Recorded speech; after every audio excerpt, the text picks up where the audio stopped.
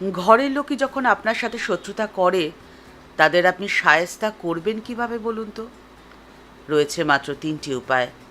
কী সেই ৩টি পথ আজকের সম্পূর্ণ ভিডিওটি দেখলে আশা করি সে কথা আপনি জানতে পারবেন। শত্রু তো দু রকমের, ঘরের আর বাইরের। বাইরের শত্রুদের মোকাবিলা করা অনেক সহজ, কারণ তাদের শত্রুতা আপনাকে শুধুমাত্র কষ্ট দেয়। কিন্তু ঘরের মানুষেরা যখন আপনার সাথে শত্রুতা করছে, তখন সেই শত্রুতায় আপনার চোখে জল আসে, আপনার কান্না পায়। কিন্তু আপনি এই কথাটি সব সময় মনে রাখবেন যে মানুষ তার নিজের প্রয়োজন মেটাতেই আপনার যতটা প্রশংসা করবে, যখন তার প্রয়োজন শেষ হয়ে যাবে তখন প্রশংসার থেকেও বেশি আপনার বদনাম করবে। তাই আপনি যখনই দেখবেন যে ঘরের মানুষেরা আপনার বদনাম করছে, আপনার সাথে শত্রুতা করছে, তার অর্থ এটাই যে কোনো দিন আপনি তার প্রয়োজনে তার পাশে ছিলেন। তাই সে আপনাকে খুব ভালো করে জানে, সে জানে আপনার দুর্বলতা কোথায়, আর সে আজকে সেই সুযোগটাই নিচ্ছে। আর তাদের করা বদনাম আপনার কাছে হয়ে উঠবে পুরস্কার। কিভাবে বলুন তো? আপনি জানবেন যে আপনার রয়েছে এমন বিশাল বিস্তীর্ণ হৃদয়, যে হৃদয় রয়েছে মানুষের প্রতি মায়া, মমতা, স্নেহ, ভালোবাসা। আর তাই তো মানুষের প্রয়োজনে মানুষের পাশে দাঁড়ানোর ক্ষমতা রাখেন আপনি। আর এই ভাবনা আপনার আত্মশ্রদ্ধা বাড়িয়ে দেবে। আপনি খুঁজে পাবেন আপনার অন্তরের শক্তির খোঁজ। আপনি যদি একবার আপনার অন্তরের শক্তিকে খুঁজে পেয়ে যান, তাহলে আপনাকে থামায় কার সাধ্যে। ঠাকুর শ্রী রামকৃষ্ণ পরমহংসদেব একদিন মাস্টারমশাই সহ অন্যান্য ভক্তদের বলছেন, আরে মন বিলাতে নারী, ব্রহ্মজ্ঞান কি সহজে হয় গা, মনের নাশ না হলে হয় না। গুরু শিষ্যকে বলেছিল, তুমি আমায় মন দাও, আমি তোমায় জ্ঞান দিচ্ছি। ন্যাংটা বলতো, আরে মন বিলাতে নাহি। সন্ন্যাসগুরুর এই কথাটি ঠাকুরের প্রাণে খুব ধরেছিল, আর ঠিক সেই জন্যেই তিনি এই মন্ত্রটি এতদিন মনে রেখে দিয়েছিলেন আর নিজের শিষ্যদের কাছে তা বিলিয়ে দিলেন। সত্যি তো, মন তো বিলিয়ে দেওয়ার বস্তু নয়। অন্য কারো ঘরে তাকে না পাঠিয়ে নিজের অন্তঃপুরের অনুসন্ধানে যদি নিযুক্ত করা যায়, তাহলে যা চাওয়া যায় তাই তো পাওয়া যায়। ঠাকুর ঠিক সেই কথাটিই তো বলছেন। ঠাকুর বলছেন, দাও মন, লও জ্ঞান। আপনার ঘরে শত্রু, অর্থাৎ যারা আপনার অতি পরিচিত, আপনার কাছের লোক, কিন্তু যতই তারা আপনার কাছের হোক না কেন, আপনার মনের থেকে আপন তো তারা নয়। আর আপনার মন তাদের কাছে আপনি কেন দেবেন? আপনি আপনার মনকে নিজের কাছে ধরে রাখুন। আপনার চোখের জল কেন তাদের জন্য খরচ করবেন বলুন তো? আপনার চোখের জল খরচ করুন আপনার নিজের জন্যে। যে চোখের জলের বিনিময়ে আপনি জ্ঞান লাভ করতে পারেন। আপনার চোখের জলের অঞ্জলি দিন ঈশ্বরের পায়ে। আর ঘরের শত্রুদের মোকাবিলা করার জন্যে, শায়েস্তা করার জন্যে রয়েছে মাত্র 3টি পথ। প্রথম, ঘরের শত্রু কারা তাদের আপনাকে চিনে নিতে হবে। ঘরের মানুষ যারা অকারণে আপনার উচ্ছ্বসিত প্রশংসা করছে, তাদের থেকে আপনি সাবধানে থাকবেন।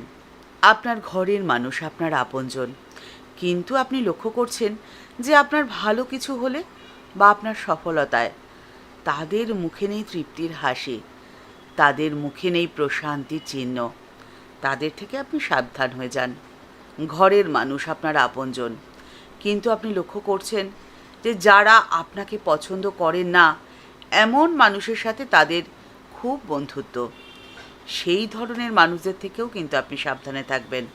ঘরের শত্রুদের চিনে ফেলার পরে দ্বিতীয় আপনাকে যে কাজটি করতে হবে সেটি হলো তাদের শায়েস্তা করা।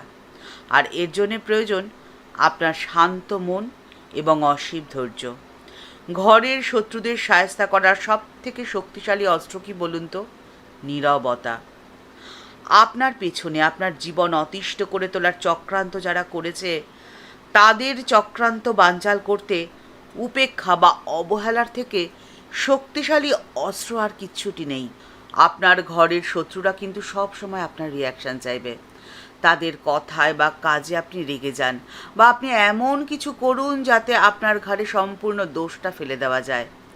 কিন্তু সাবধান, আপনি এমনভাবে থাকবেন যেন কিচ্ছু হয়নি। আপনার এই চুপ থাকা, আপনার নীরবতা, আপনার তাদেরকে উপেক্ষা করা বা অবহেলা করা তাদের পক্ষে সহ্য করা এতটাও সহজ হবে না।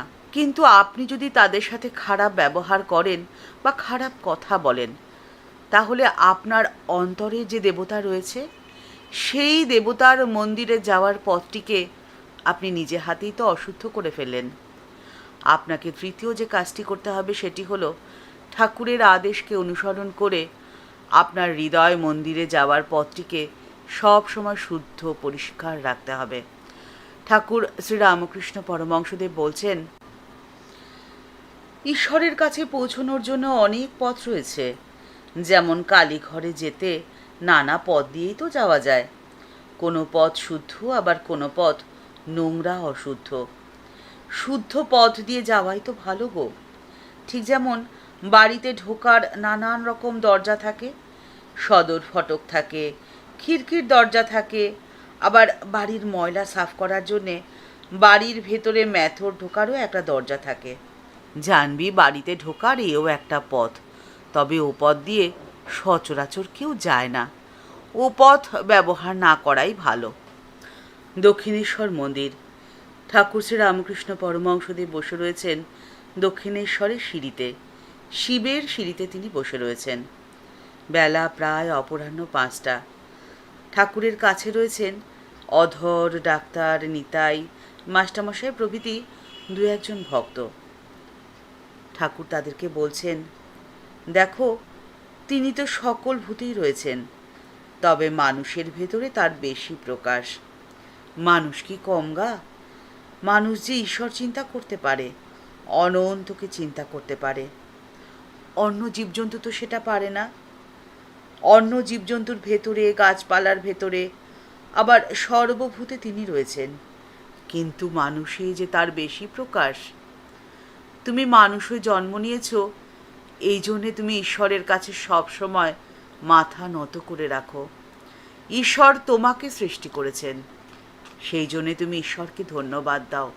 ঈশ্বরের সর্বশ্রেষ্ঠ সৃষ্টি তুমি, আবার তোমার ভেতরেই তাঁর বসবাস। তাই তোমার ভেতরে অর্থাৎ ঈশ্বরের দুয়ারে যাওয়ার পথটিকে তুমি কখনো অশুদ্ধ করে ফেলো না। এই কথাটি সব সময় মনে রেখো। ঠাকুরমা স্বামীজির চরণে প্রণাম জানিয়ে আজকের পর্ব এই পর্যন্তই। দেখা হচ্ছে পরের পর্বে। আজকের পর্বের উপস্থাপনা যদি আপনার ভালো লেগে থাকে তাহলে লাইক বাটনটি প্রেস করে দিতে ভুলবেন না। আর আপনার মতামতটি কমেন্টস বক্সের মধ্যে জানালে আমাদের ভালো লাগবে। এই ভিডিওটি আপনার যদি ভালো লেগে থাকে তাহলে তা অনেকের মধ্যে শেয়ার করে দিতে পারেন। আমাদের এই চ্যানেলকে ভালোবেসে যারা আপন করে নিয়েছেন তাদের জানাই ভালোবাসা, শ্রদ্ধা ও প্রণাম। কিন্তু যারা এখনও এই চ্যানেলটি সাবস্ক্রাইব করেনি তাদের কাছে বিনীত অনুরোধ রইল চ্যানেলটি সাবস্ক্রাইব করে বেল বাটনটা ক্লিক করে দিয়ে অল বাটনটিতে ক্লিক করে দেওয়ার জন্যে। তাহলে এই চ্যানেলে ভিডিও আপলোড হওয়ার সাথে সাথেই আপনার কাছে নোটিফিকেশান চলে আসবে। সবাই ভালো থাকবেন, সুস্থ থাকবেন। দেখা হচ্ছে পরের পর্বে। নমস্কার।